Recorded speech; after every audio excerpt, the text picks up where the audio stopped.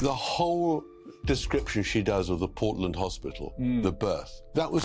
The royal world has just been shaken to its core, and this time the shockwave isn't coming from a tabloid rumor or a passing scandal that disappears in 48 hours. No, this one cuts far deeper. It slices straight into the most guarded, most fragile corner of Prince Harry's life. And according to insiders, the man at the center of it all is barely holding himself together. Because Tom Bower has spoken again, and when Tom Bower speaks, the palace doesn't just listen, it flinches. This is not some anonymous Twitter thread or a random blogger chasing clicks. Tom Bower has built his reputation over decades, tearing through the carefully polished images of powerful people, politicians, billionaires, media empires, and yes, the British royal family. His investigations have destroyed reputations before. His books have forced institutions into defensive silence. And the most unsettling part of his track record, claims that once sounded outrageous have a strange habit of turning out to be true. That's why the moment Bower started talking about Archie, about Lilibet, about what might actually be behind the carefully curated Sussex family story, the entire royal conversation froze. And what followed was not calm denial. It was silence. The kind of silence that roars louder than any statement ever could. Inside Monaceto, sources say the atmosphere has changed completely. The sunny California dream home the world saw in documentaries now reportedly feels tense, heavy, almost suffocating. Prince Harry is said to be pacing endlessly through the house late at night, barely sleeping, phone in hand, scrolling headline after headline, watching videos dissecting his life frame by frame, reading forums where strangers are analyzing every photograph, every timeline, every detail of his family's story like forensic investigators. A prince who once stood on global stages talking about peace, healing, therapy, and mental health, now reportedly unable to switch off the noise surrounding his own life. And the question haunting everything right now is painfully simple. If the accusations were completely ridiculous, why the panic? Because what Bower has reignited is not a casual rumor. It's a question that many people quietly whispered about for years, but were afraid to say out loud. And now that question is exploding everywhere. Was surrogacy involved in the births of Archie and Lilibet? For years, strange inconsistencies surrounding those births have been noticed by observers. Missing hospital confirmations, royal traditions quietly skipped, photographs that raised eyebrows, timelines that didn't quite align.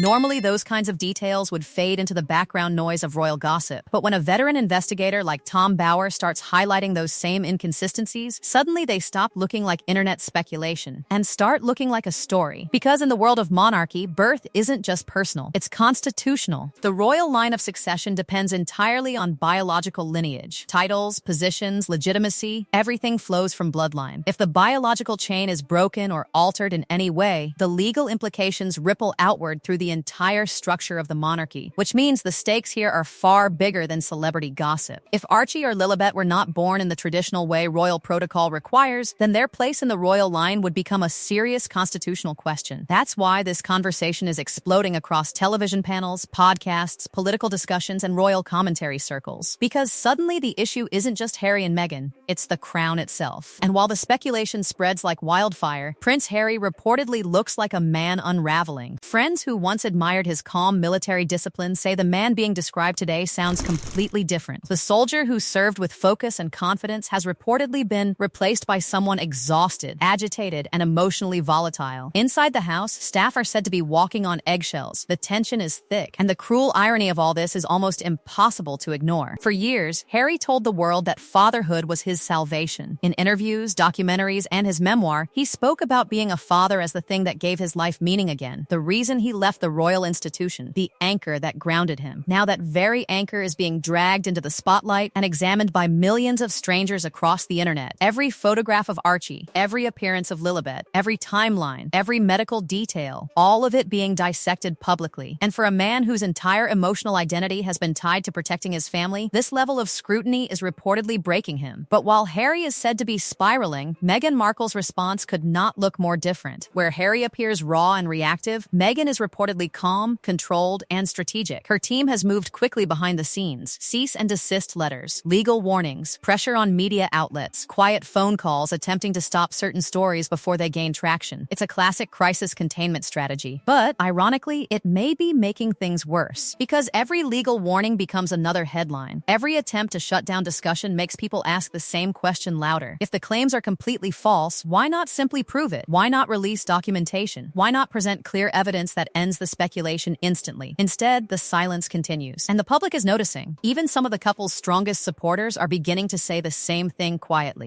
Something doesn't add up. And while Harry reportedly struggles under the pressure, the biggest silence of all is coming from somewhere else entirely. Buckingham Palace. Not a statement, not a clarification, not even the subtle background briefing the palace normally uses to quietly correct rumors. Nothing, which raises a deeply unsettling possibility. Is the palace staying silent because the claims are absurd, or because they already know something the public doesn't? Behind palace walls, insiders say quiet conversations are happening among senior advisors and legal experts about the implications if these questions grow louder. Because if the biological legitimacy of royal children ever became an official issue, the consequences could shake the monarchy itself. And that brings us to the question now spreading across every platform, the DNA test. Because if the rumors are completely false, a simple biological test would end the speculation overnight. One document, one confirmation, and the story dies instantly. So why hasn't it happened? That single unanswered question is now fueling the biggest royal controversy in years. And it's only the beginning of what Tom Bower may be preparing to reveal. Because if his past investigations are any indication, this bombshell was never meant to be the final chapter. It was only the opening move. The conversation that Tom Bower has ignited is no longer contained inside royal gossip circles. It has moved into mainstream discussion, into television debates, podcasts, political commentary, and even among people who never paid attention to the monarchy before. And the reason is simple. The question being asked is no longer small. It goes straight to the heart of the monarchy's existence. For centuries, the British royal family has rested on two pillars that hold the entire institution upright: bloodline and trust.